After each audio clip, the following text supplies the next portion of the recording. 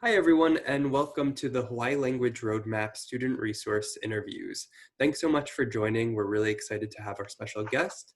Before I introduce our special guest today, I would just like to send out a big congratulations to all the students who are watching and who've earned the seal by literacy. Thank you so much for your dedication in your language journey, and we're excited and hope this interview will help you along your way. To introduce our special guests, Danicia Honda, a Chinese and English language and literature and Chinese flagship graduate of the University of Hawaiʻi, Mānoa. Danicia delved into an array of study abroad programs while at university. She interned with the Language Flagship Roadmap, studied Chinese on academic scholarships in Taiwan and China. She also interned at a corporate law firm headquartered in Nanjing, China, working closely with their mergers and acquisitions team, utilizing her language skills to bridge Chinese firm to a global society. Danicia's next goal is to study law and education policy, and currently serves as the office manager for the Senate Vice President Michelle Kidani, Chairperson of the Senate Committee on Education. Welcome. And we're really excited to have you today. So to start off the interview, I'd love for you to share a little bit more about your professional journey and what you learned working in the multilingual field. Well, being in the multilingual field kind of had a lot of different opportunities that it paved for me. For example, the current job that I have today at the Hawaii State Capitol was actually because of the Language Flagship Program and the Language Roadmap Program. I was just telling Matt before this interview that I used to be a roadmap intern as well. So when I came back from the flagship program, my year brought in Nanjing, China, I was speaking to the panel. Actually, I think at one of these student orientations for the flagship roadmap program about my experiences abroad, and my current boss was in the audience. So she came up to me right after I did my, little presentation about my experiences abroad, and 3 years later, I'm still working for her at the Hawaii State Capitol. So you never know what your multilingual education will provide, and always keep an open mind and an open heart to what opportunities may arrive because of it. That's amazing. And with your current position now, are you able to use your language skills, or do you see it as an asset in kind of your everyday work? A little bit of both. There was a time when we had a Chinese delegation from, I believe, Beijing visit the state capitol. They had a small roundtable discussion with my boss, who is in the Senate leadership as well as the Senate president. And I was kind of their on-the-spot translator. So little things like that for my current job. For other more heavier language-based opportunities, I also have an application with the Federal Bureau, the FBI, to be a language, like a Chinese analyst or a language consultant of sorts. So that's something else that I'm working on the side. So that's really exciting as well. Absolutely. Very cool. Yeah, it sounds like you are keeping busy, that's for sure.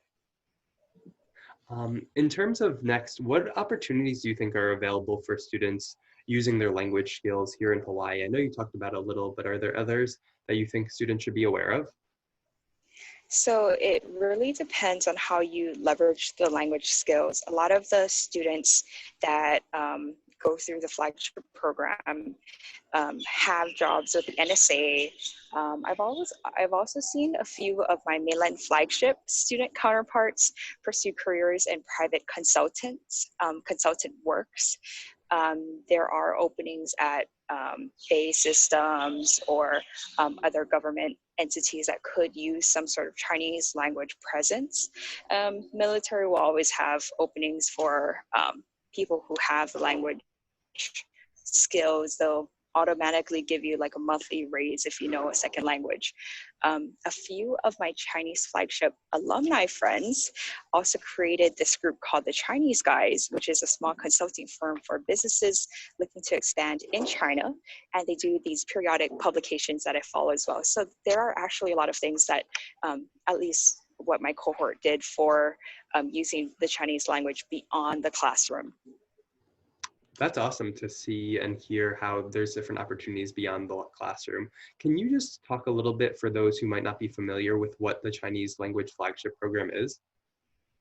So the Chinese Language Flagship Program and I believe the Korean Flagship Program at UH as well is basically a tailored program based on your current language skill and with your language goals, with the ultimate goal of having you be able to work alongside Chinese workers who are Chinese nationals or with Chinese coworkers and using the language on a day-to-day basis of sorts.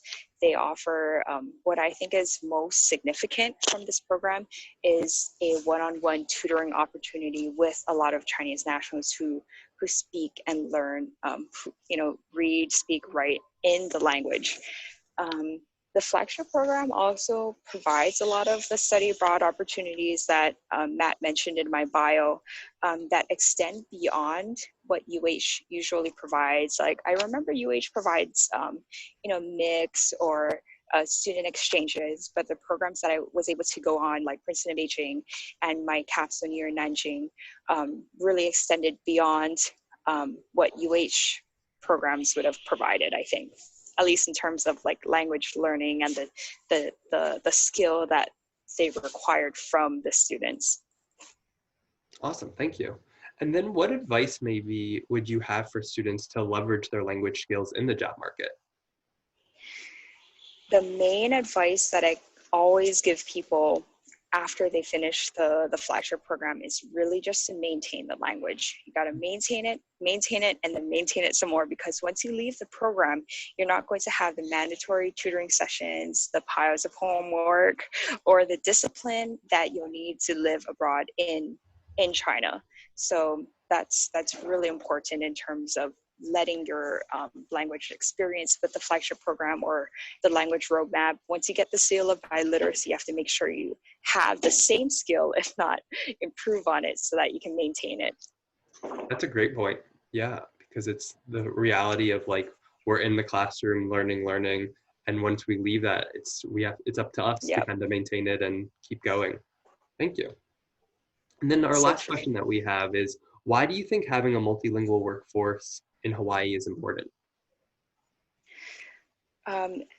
If you look beyond the language, after I finished my year abroad in Nanjing, I joined the Pacific Forum Group as an APAL fellow. So it's the Asia Pacific Affairs Leadership Program.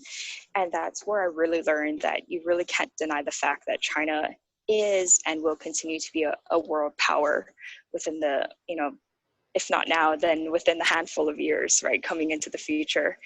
And also on a more like domestic level, as the US continues to diversify and our demographics continue to diversify with it, it's just more important for us to become globally minded. It's not about the future generations being globally minded, it's about the current generations that need to learn the language and need to learn the cultures that make up the US. And having multilingual workforces also connects across demographics. So even though standard English is still the business language, a lot of our workers here, even in Hawaii, and you can see it from your day-to-day lives, they continue to use their native tongue to do their work. They're always speaking in Tagalog or Chinese on the job. So it's really important that we can bridge the gap among those demographics as well. Awesome. Thank you for sharing that. And I think it definitely highlights kind of like the multi-ethnic place that Hawaii is and the importance of using our different languages and how we can use it in the community. And just wrapping up, do you have any words that you'd like to share with the graduates and the Seal by Literacy awardees today? Well, my one piece of advice is just to try it out. And if you are a holder of the Seal of Biliteracy, first of all, congratulations. I'm very proud of you. Our office was actually one of the Kickstarters in getting the Seal of Biliteracy to the students. So at least I know our office is really proud of you. Continue to learn your language.